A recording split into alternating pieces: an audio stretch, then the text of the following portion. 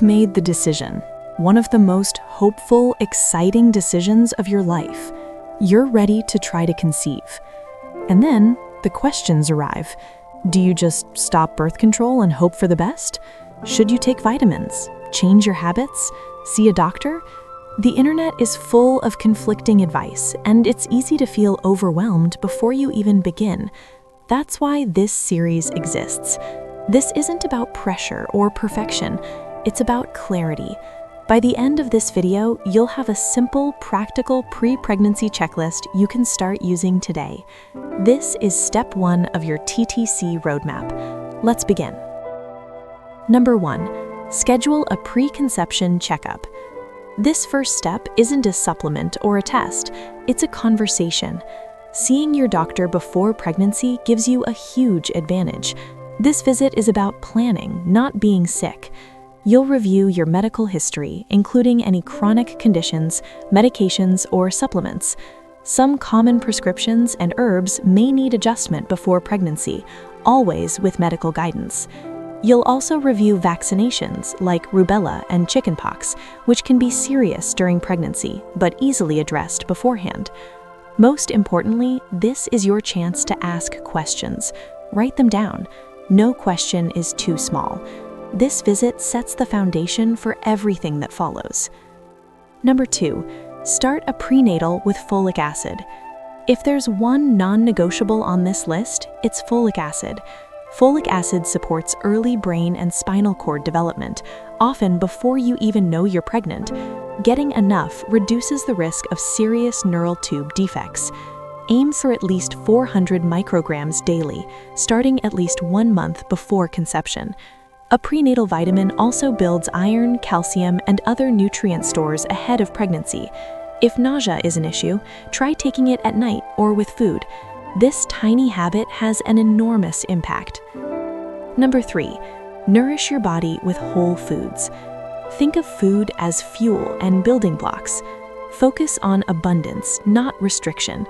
Colorful fruits and vegetables, healthy fats like olive oil and avocado, lean proteins, whole grains for steady energy. Work gently toward a healthy weight.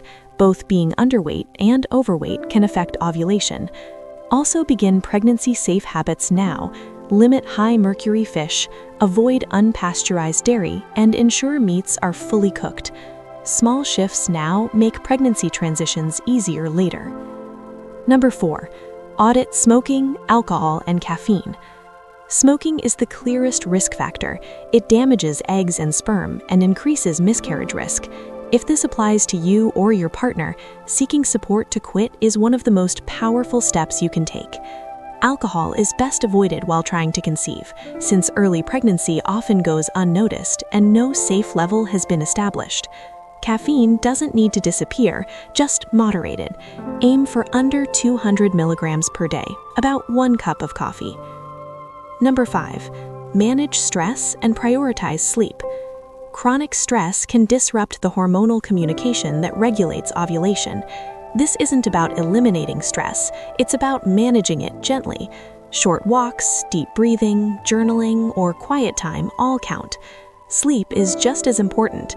During sleep, your body repairs itself and balances hormones.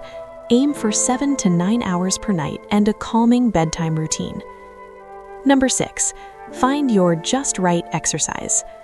Moderate movement improves circulation, mood, and hormonal balance.